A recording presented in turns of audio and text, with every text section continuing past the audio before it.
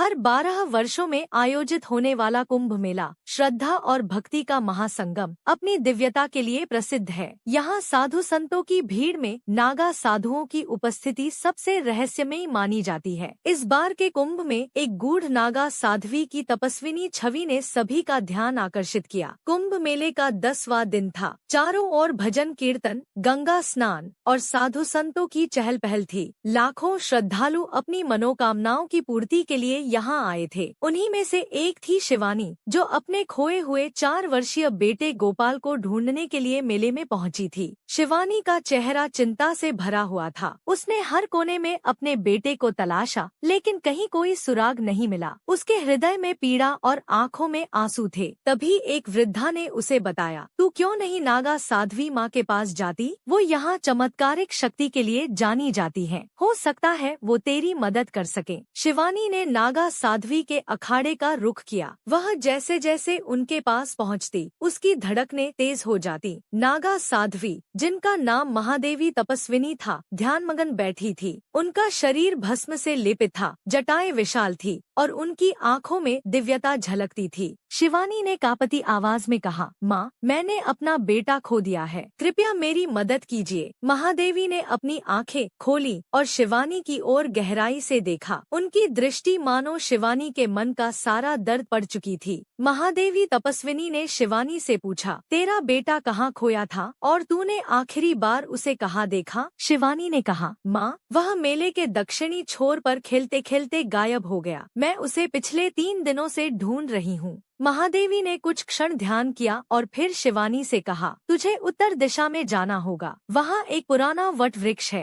तेरे बेटे का कोई चिन्ह वहाँ मिलेगा, लेकिन याद रखना, यह सफर आसान नहीं होगा। शिवानी महादेवी के बताए मार्ग पर निकल पड़ी। वट वृक्ष के पास पहुँचने पर उसे अपने बेटे की एक छोटी सी लाल टोपी मिली, जो वह अक्सर पहनता था। उसकी आंखें भर आईं, लेकिन यह केवल शुरुआत थी। महादेवी ने उसे संकेत दिया कि उसका बेटा एक अघोरी तांत्रिक के कब्जे में है, जो उसे अपनी शक्ति बढ़ाने के लिए बलि चढ़ाने की योजना बना रहा है। महादेवी ने अपनी शक्ति से यह जान लिया था। उन्होंने शिवानी से कहा, तुझे घबराने की जरूरत नहीं है, अब मैं खुद इस लड़ाई में उतरूंगी। महादेवी ने अपनी ध्यान शक्ति और मंत्रों का प्रयोग करते हुए तांत्रिक की छावनी का पता लगाया। वहां पहुंचकर उन्होंने अपने तेज स्वर में कहा, दष्ट, निर्दोष बच्चे को छोड़ दे। अगर तूने ऐसा न किया तो तेरे पापों का अंत यही होगा। तांत्रिक ने अपनी शक्ति से साध्वी पर हमला करने की कोशिश की, लेकिन महादेवी की दिव्यता और उनके मंत्रों ने तांत्रिक की सारी शक्ति को विफल कर दिया। तांत्रिक घुटनों के बल गिर पड़ा और साध्वी से माफी मांगने लगा। गोपाल को सुरक्षित छुड़ाने के बाद महादेवी ने तांत्रिक को श्राप दिया कि वह अपनी बुरी शक्तियों से सदा के लिए वंचित रहेगा। शिवानी ने अपने बेटे को गले लगा लिया। उसकी आंखों से खुशी के आंसू छलक पड़े। वह महादेवी के चरणों में गिरकर बोली, माँ, आपने मुझे मेरी जिंदगी लौटा दी। मैं आपकी यह कृपा कभी नहीं भूलूंगी। महादेवी ने मुस्कुराते हुए कहा, यह मेरी शक्ति नहीं, तेरे विश्वास का परिणाम है। जाओ, अपने जीवन को सत्य और धर्म के मार्ग पर ले चलो। कुंभ मेले के इस रहस्यमय अध्याय ने यह सिद्ध किया कि सच्चा विश्वास और समर्पण असंभव को भी संभव बना सकता है। नागा साध्वी महादेवी तपस्विनी का यह चमत्कारी कार्य लोगों के बीच एक कथा बनकर गूंजने लगा। अब जब शिवानी का बेटा गोपाल सुरक्षित रूप से अपने माँ के पास वापस लौट आता है, तो महादेवी के चमत्कारी कार्य के बारे में धीरे धीरे कुंभ मेले के आसपास के इलाकों में अफवाह फैल जाती है। लोग यह मानने लगते हैं कि महादेवी कोई साधारण साध्वी नहीं, बल्कि एक दिव्य शक्ति की प्रतीक है। हालांकि यह कहानी यहाँ खत्म नहीं होती, बल्कि अब यह एक नए संघर्ष की ओर बढ़ती है। महादेवी के चमत्कारी कार्यों का जिक्र कुंभ मेला में हर जगह होने लगा। लोग उनका आशीर्वाद लेने के लिए दूर दूर से आने लगे, परंतु जैसे जैसे उनकी शक्ति का प्रभाव बढ़ता गया, कुछ लोग इससे डरने लगे। एक दिन महादेवी को एक साड़ी में जड़ी बूटी और तंत्र मंत्र से युक्त एक विशेष यंत्र मिला, जो उनके बारे में कुछ भयानक तथ्य उजागर कर सकता था। महादेवी की ध्यान की शक्ति बहुत गहरी थी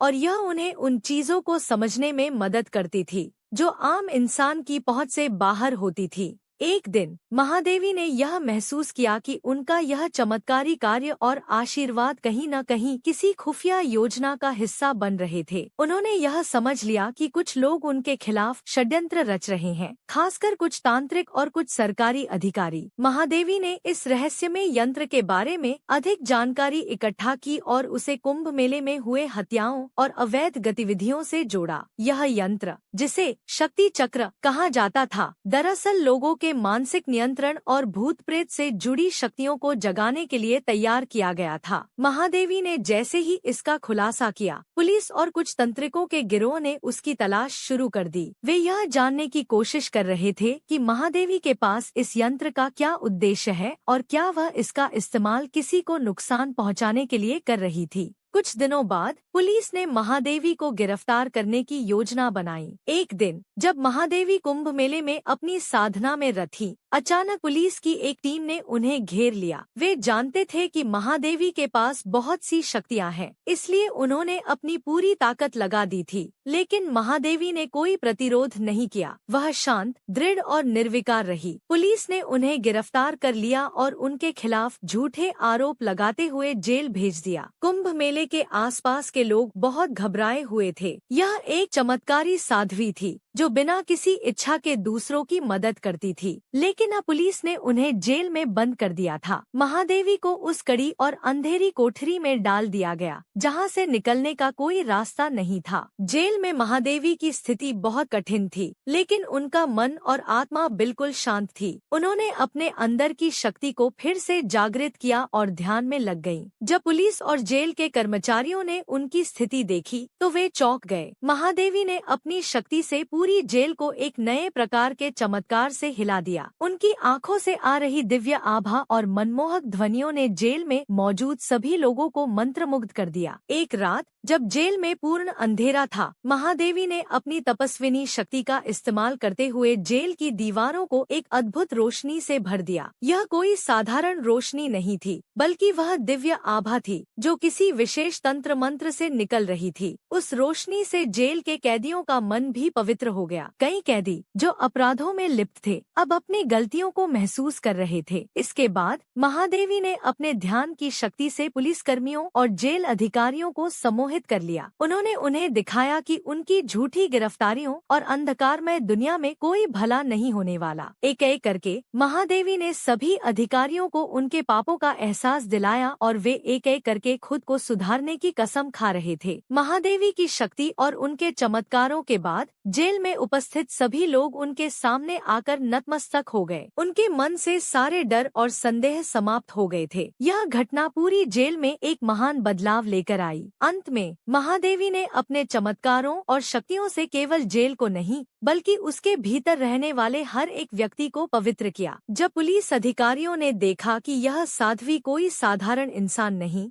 बल्कि एक दिव्य शक्ति का रूप है, तो उन्होंने स्वयं महादेवी को मुक्त करने का निर्णय लिया। उनकी मर्जी के खिलाफ उन्हें जेल में रखा गया था, लेकिन अब उनकी शक्ति और करुणा ने पुलिस अधिकारियों के दिल को छुआ। वे महादेवी से माफी मांगते हुए उन्हें मुक्त कर देते हैं। महादेवी जेल से बाहर आती हैं और जैसे ही वह बाहर कदम रखती हैं, हजारों श्रद्धालु उनका स्वागत करते हैं। यह उनका विजय नहीं, बल्कि एक महान सच्चाई की जीत थी कि किसी भी शक्ति का असली उद्देश्य सिर्फ मानवता की सेवा और भलाई के लिए होना चाहिए। आखिरकार महादेवी की कृपा और चमत्कारी शक्ति से न केवल जेल के लोग मुक्त हुए, बल्कि वे आत्मिक शांति और मार्गदर्शन की दिशा में अग्रसर हुए। इस घटना ने यह सिद्ध कर दिया कि सत्य और भलाई के मार्ग पर चलते हुए किसी भी बुराई या विषमताओं को मात दी जा सकती है। महादेवी की कहानी अब हर किसी के दिल में अमिट छाप छोड़ गई और उनकी दिव्यता और तपस्या का प्रताप सदियों तक याद किया जाएगा। लेकिन महादेवी ने अपनी तंत्र मंत्र शक्तियों का उपयोग करके पुलिस के जाल से बचने की योजना बनाई।